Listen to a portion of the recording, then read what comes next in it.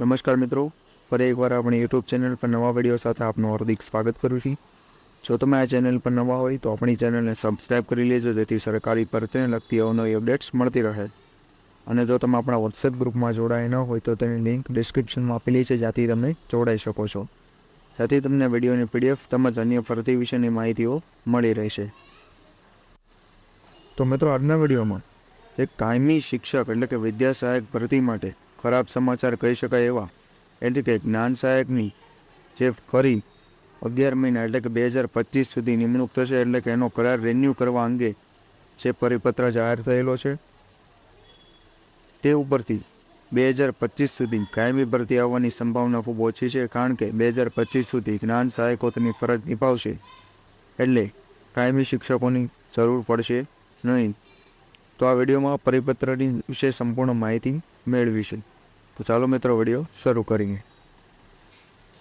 તો મિત્રો, આ પરિપત્રની વાત કરવામાં આવે તો તે 3/5/2024ના રોજ કમિશનરશ્રી શાળાઓની કચેરી વિદ્યા સમીક્ષા કેન્દ્ર ગાંધીનગર દ્વારા તમામ જિલ્લા શિક્ષણ અધિકારીશ્રીને મોકલવામાં આવેલો છે,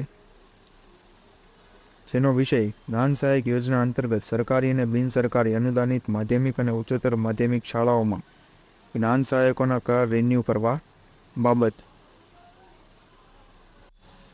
જે અંતર્ગત અગાઉ 4/5/2024 સુધી જે જ્ઞાન સહાયકોનો કરાર હતો તેમાં થોડા સમય પહેલાં જે 8/5 સુધી લંબાવવામાં આવેલો હતો, તે ઉપરાંત હવે જે જ્ઞાન સહાયકોની કરાર મુદ્દત પૂર્ણ થઈ રહેલ હોય સંદર્ભથી જે જોગવાઈઓ અનુસાર માધ્યમિક અને ઉચ્ચતર માધ્યમિક શાળાઓની જરૂર સૂચનાઓ કરવા પત્રમાં આપવામાં આવે છે।